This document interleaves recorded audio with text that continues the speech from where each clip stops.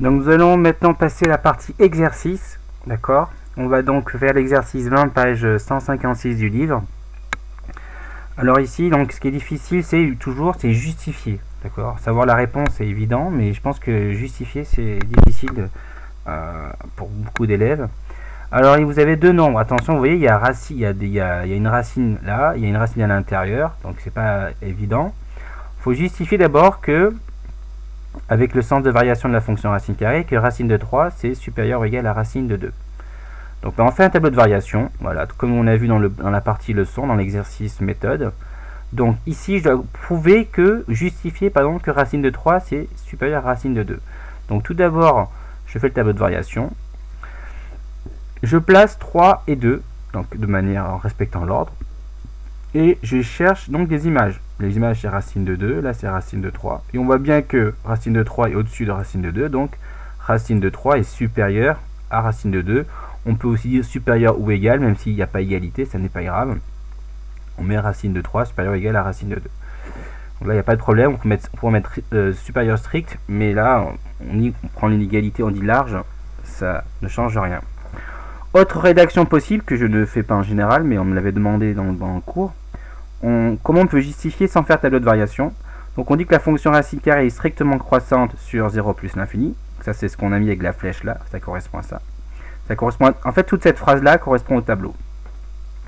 Ensuite, 2 est plus petit que 3, ça correspond ici au fait que 2 je le mette avant 3. Donc, alors, les images, on respecte l'ordre puisque c'est strictement croissante. Donc racine de 2 supérieure ou égale à racine de 3. Donc là, c'est ce qui est ici dans la partie à la flèche.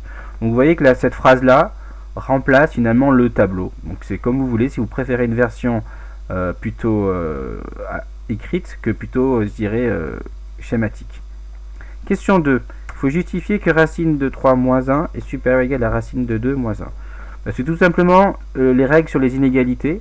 Donc on part de ce qu'on sait, racine de 3 est supérieure ou égale à racine de 2. Si je fais moins 1 de chaque côté, ça ne change pas l'inégalité. Donc ça fait racine de 3 moins 1, inférieur ou égal à racine de 2 moins 1. C'est tout simplement. Donc là aussi, c'était une question qui a été soulevée. Attention, le fait que la barre ici s'arrête à 3 et n'englobe pas le 1, c'est différent.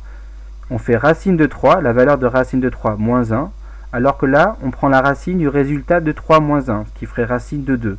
Donc attention, ce n'est pas pareil. Donc ça c'est important de comprendre que la barre de la racine s'arrête bien là où on prend la racine. C'est-à-dire que là, le moins 1 n'est pas dans la racine. Ensuite, question 3, on va comparer A et B. Donc on va comparer qui est le plus grand ici, ou qui est le plus petit, ou alors si c'est égal. Donc ici, on va, comme dans l'exercice méthode du cours, utiliser un tableau de variation. On va placer d'abord ce qu'il y a sous la racine là. Je sais que racine de 3 moins 1 est supérieure à racine de 2 moins 1. Donc racine de 2 moins 1, il est d'abord, on le met d'abord, il est plus proche de 0. Et ensuite on met racine de 3 moins 1. Ensuite on prend les images. Donc l'image, on prend racine de 2 moins 1, ça c'est B, donc je m'étais trompé ici. Après je prends l'image de racine de 3 moins 1, ça fait donc racine de 3 moins 1, donc ça fait ici A. Et donc on se rend compte que A, il est plus grand que B.